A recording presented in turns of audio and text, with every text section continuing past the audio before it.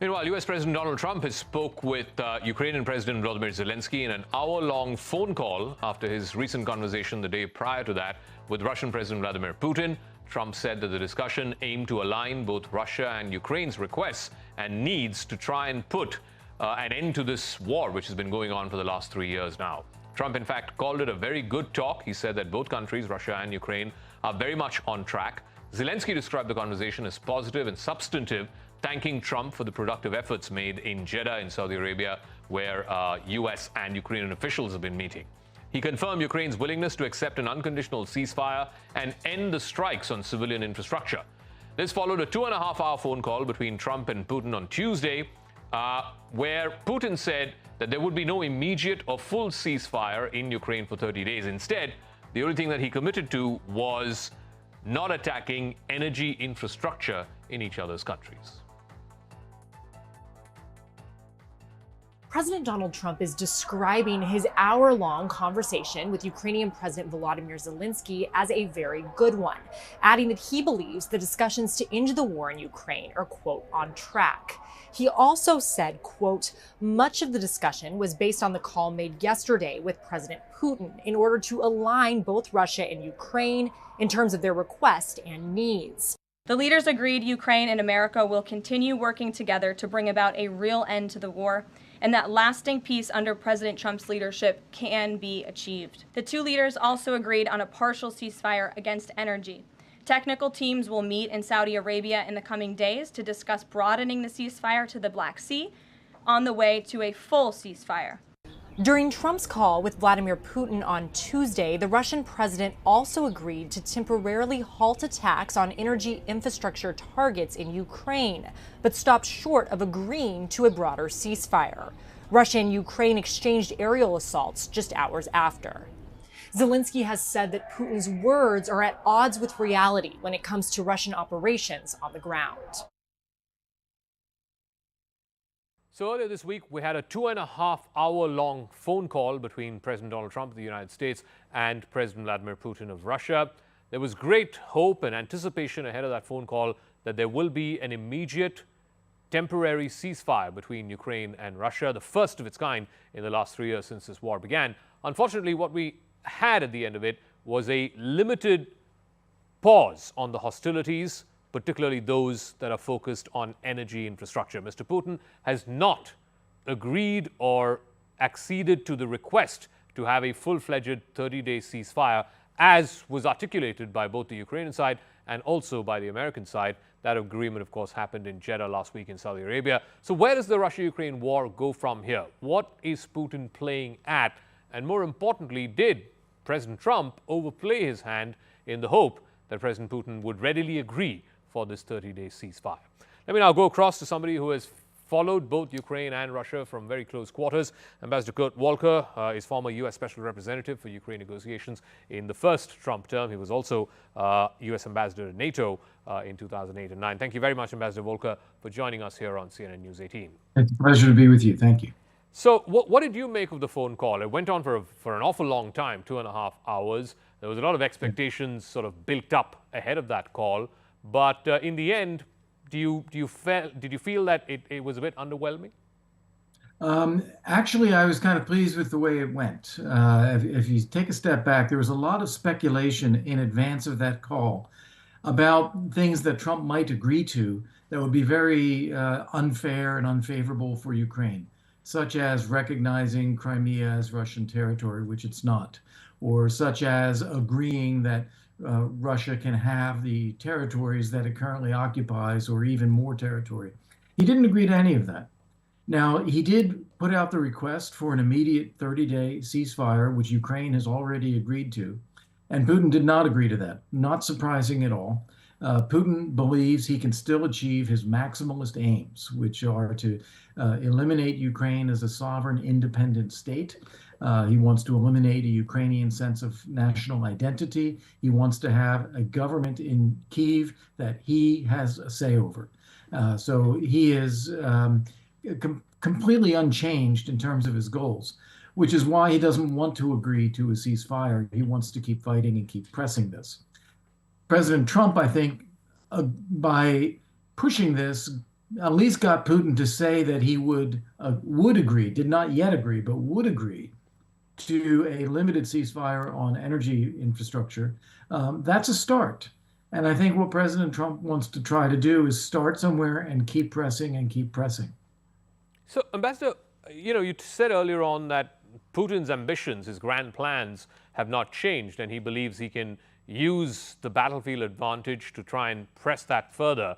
Are his plans still as grand, or is it, much more narrower, which is why he's refused to agree to this 30-day ceasefire, which is to try and oust the remaining Ukrainian troops out of Kursk? So is his ambition, at least for the moment, a little more limited than what you just articulated?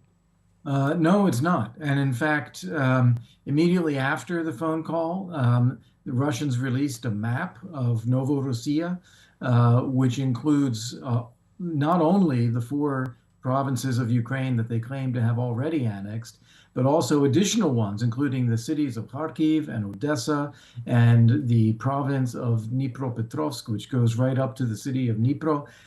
So their designs are maximalist still. They also said after the call that they had demanded an end to any further military support to Ukraine, which of course would leave Ukraine completely defenseless if that happened. And interestingly, President Trump was asked about this and said, no, we didn't talk about that. So the Russians are clearly manipulating and pushing and pushing. I don't think his grand designs have changed at all. So why then is President Trump seemingly in such a hurry to get the ceasefire going? Well, I think he's sincere when he talks about the loss of life.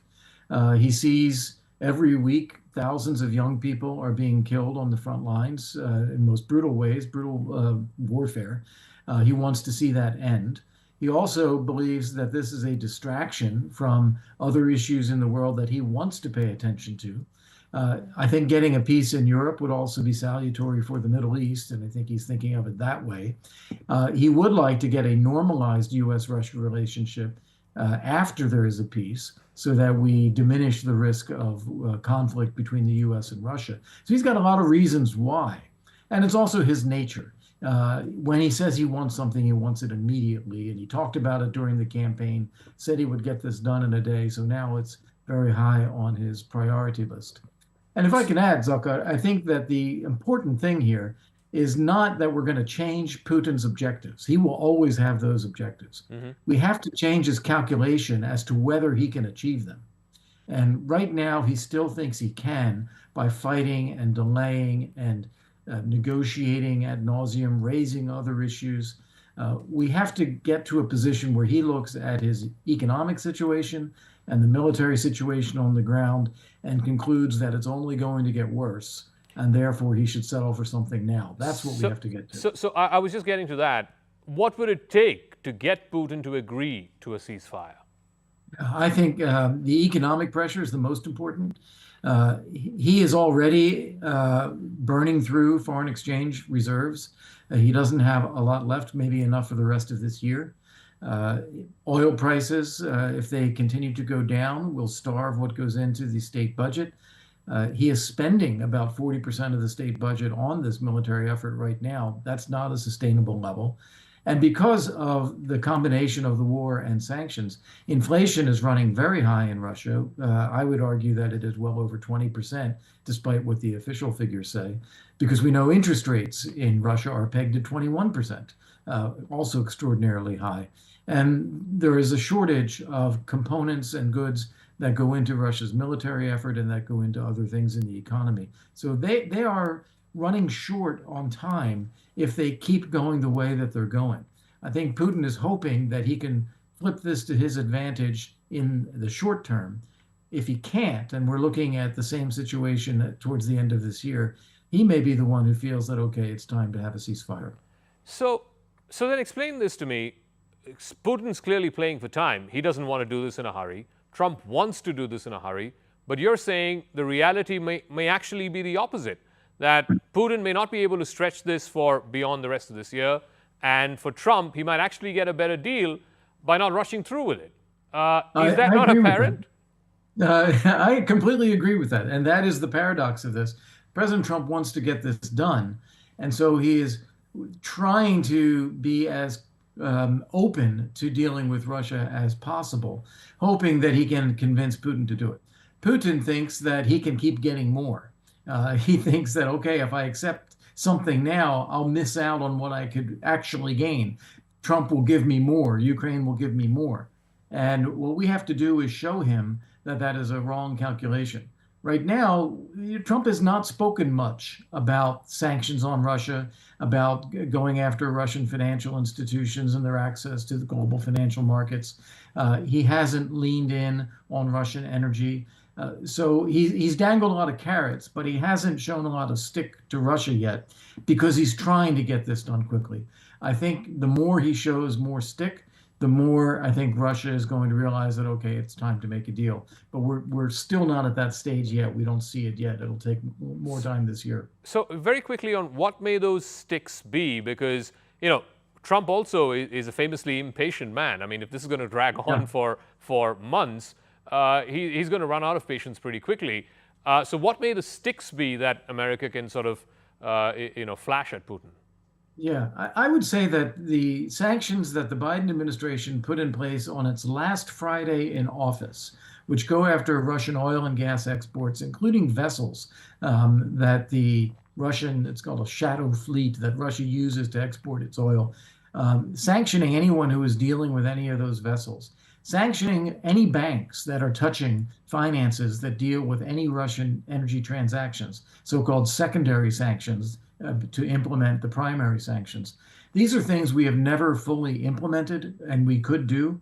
And I think if the Trump administration were to just let Treasury loose, just go and implement what's already on the books, it would start to have a significant impact on Russia's finances. So I want to sort of expand this, broad base it to beyond just the Russia-Ukraine war. Would it be a correct assessment that in Trump's worldview, he looks at great powers in the world? Obviously, America is great. He came back to office on this whole "Make America Great Again" It's theme. great again now, yeah. but he views China and Russia as these great powers, and he doesn't necessarily care as much for the rest of the world. Certainly doesn't care for Europe as much. Maybe India, he sees it as a rising power, as an ally in this fight against China. But do you think that Trump, eventually would want to cut a deal separately with Putin and with Xi Jinping, and he looks at the world as these are the three mega powers in the world, and the rest of them sort of follow the new rules that these three powers are going to lay down? Yeah.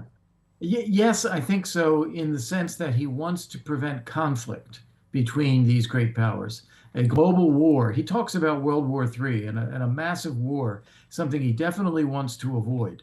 He recognizes that they are not our friends, that they are adversaries and competitors, but he doesn't want that to devolve into open conflict. And so I think he does look at it that way. He doesn't see anyone else as in a position to really challenge the United States, only those two really. And so he wants to manage that. You're quite right to mention India in this, because he does look at India as a rising friendly power as compared with China or Russia. And then finally, I think when he always thinks about the economy.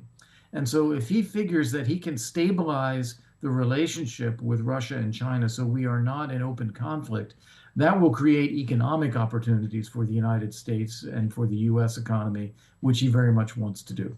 And very quickly, as we conclude, so where does that Trump worldview, and we're going to be having to live with this for the next 4 years, where does that leave a country like India? Because we have our own problems with China. Yes. Right now, there is a power differential, and India's view is that, the longer we sort of prolong this, the more we go into the 2030s and the 2040s, that power differential will eventually, work out in favor of India. And in that interim, we need the United States to be on our side.